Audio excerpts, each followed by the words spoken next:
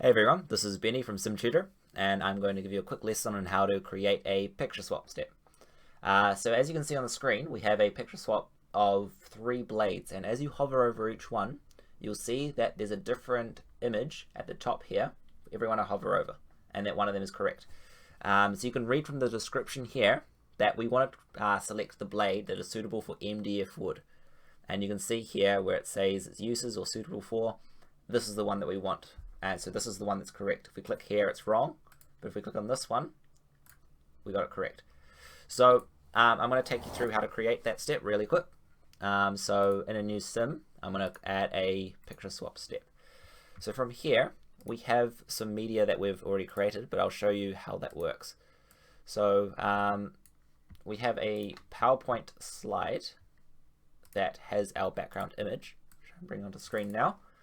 You'll see that this is the background where none of the swap images are hovered over. We have this appear, and when each saw blade gets hovered over, there's a swap image, that comes onto the screen into that top section over here, and these are the 3 images here. So basically, I've exported these as image files. You can do this in PowerPoint by going to Save As and saving it as a JPEG or PNG.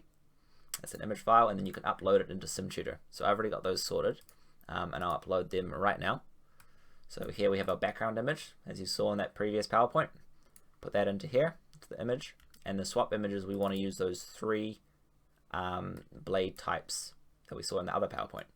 Put that into the swap images.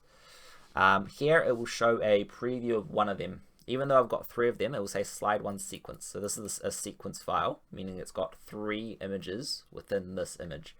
You'll see what that means in a second. Give this a quick name, so it's called picture swap. And we are on the hotspot editing screen. So this image here is where the image will show when we hover over a swap area. So first things first, before we do anything, we need to add a swap area. So where the mouse hovers over the screen, that's when one of these images will display. So if we quickly draw a circle, I'll just do this really quick. You could probably do this a bit more exact later. That's not too bad, just as it is. And in the properties, you can see that it has a picture swap on hover. So here you'll need to select the image that it will swap on. I should have named these images better, but you can see this is the second one, so slide 2. So we'll go onto there and change this to slide 2, and ensure you click save here. So now you'll see, so if we put this here just to test it out and preview it, if I hover over that middle blade, it's going to appear in this section here, or this section here, sorry, because that's where we have it on our step. So we want to move this up into this corner and resize it so it fits the entire section. So now if we preview this real quick, it will appear nicely.